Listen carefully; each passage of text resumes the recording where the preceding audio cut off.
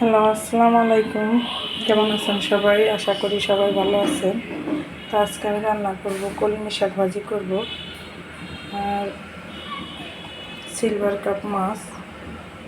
আমার ছেলে মেয়ে তেমন খাইতে পছন্দ করে না, তো এগুলো ভর্তা করে দিলে রসুন মরিচ পেঁয়াজ তেলে ভেজে ভর্তা করলে খুব পছন্দ করে। তো এর সাথে আমি ডাঁটা শাকের মাথার পাতা নিছি, জালি পাতাগুলো নিচে এগুলা দিয়ে কীভাবে ভর্তা করি, এখানে ভর্তা করার জন্য যা যা লাগে আমি সব রেডি করে রাখছি।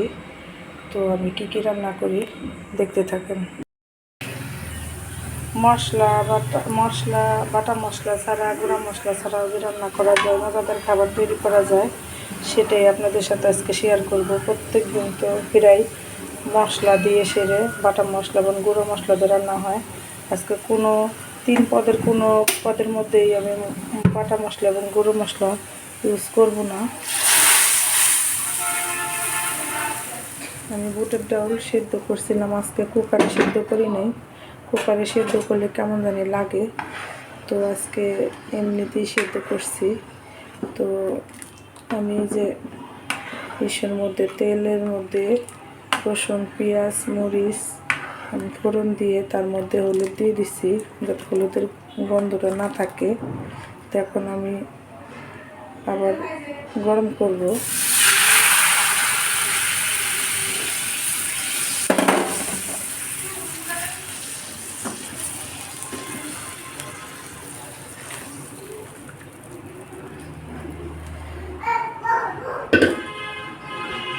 এখানে আমি ডালটা হয়ে গেছে, আমি একটু লবণ দিয়ে শাকটা সেদ্ধ করতে দিছি।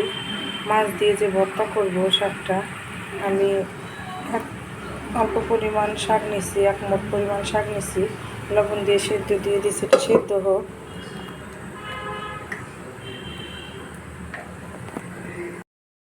তো এখানে ভর্তা করার জন্য আমি শাকটা 1 মুঠ শাক যে সেদ্ধ দিছিলাম, 1 মুঠো শাক যে সেদ্ধ দিছিলাম ওইটা আমি সেদ্ধ করে রাখলাম। আর এক পাশে আরেকটা প্যান বসায় দিলাম। এটার মধ্যে তেল গরম করে আমি এক পাশে মাছ ভাজবো এবং এক পাশে রসুন পেঁয়াজ সব ভেজে নেব।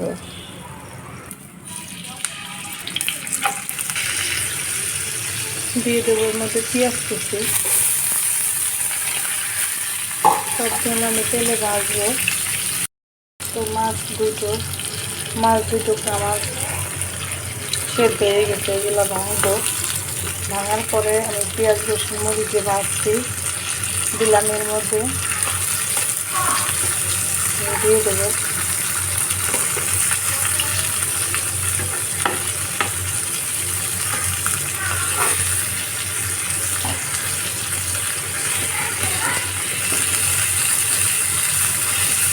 মাছের কাঁটাটা আমি বের করে ফেলবো।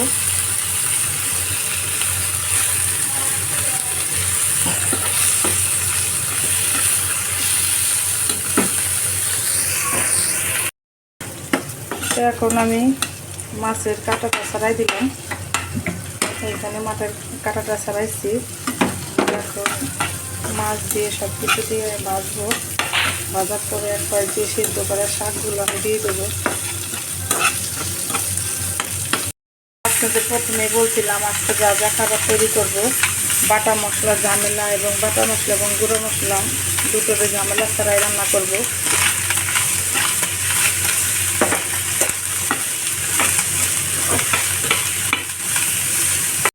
করার জন্য শাক আর মাছ আমি তেলের উপরে ভাজলাম। এখন আমি কলমি শাক ভাজবো। ভাজার জন্য এখানে রসুন মরিচ পেঁয়াজ সবই কুচি করে নিছি, তেলের মধ্যে ভাজবো এবং দিয়ে দেবো।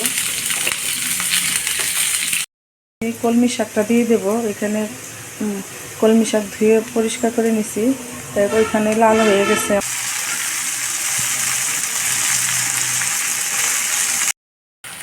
তো শাকটা এখানে আমি দিয়ে দিচ্ছি। তো পরিমাণ মতন লবণ দিব, দিয়ে একটু ঢাকা দিয়ে রাখবো। এখন ভর্তা করতে চলে আসলাম। আমি আজকে পাটায় বাটবো না, ভর্তা করবো না, আমার বাবুটাকে খাওয়াতে হবে, সেই জন্য আমি ব্যালেন্স করে নেব।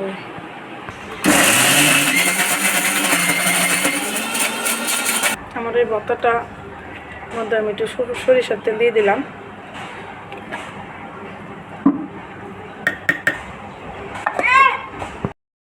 পেঁয়াজ মরিচ মাছ সব কিছু ভেজে এবং শাকটা সেদ্ধ করে তেলের উপরে ভেজে যে ভর্তাটা করলাম ব্লেন্ডে, এই দেখেন ভর্তাটা কেমন হয়েছে।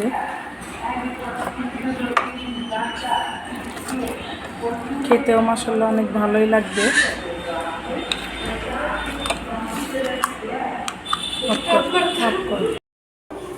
তো আমি মাছ দিয়ে শাক ভর্তাটা করলাম। তো এখানে কলমি শাক ভাজি করছি, পাতলা বুটের ডাউল রান্না করছি, আর কালকে মুরগির মাংস রান্না করা ছিল। আজকের মতো এইগুলো দিয়েই খাবো। তো আমার রান্নাগুলো কেমন হয়েছে আপনারা এইভাবে ভর্তা করে খেতে পারেন, কারণ সব সময় মাছ গোছ ভালো লাগে না, ভর্তা দিয়ে অনেক ভালো লাগে ভাত খাইতে। আর আমার ভিডিওটা এবং আমার রান্নাগুলো যদি ভালো হয় তাহলে আমার সাথেই থাকবেন।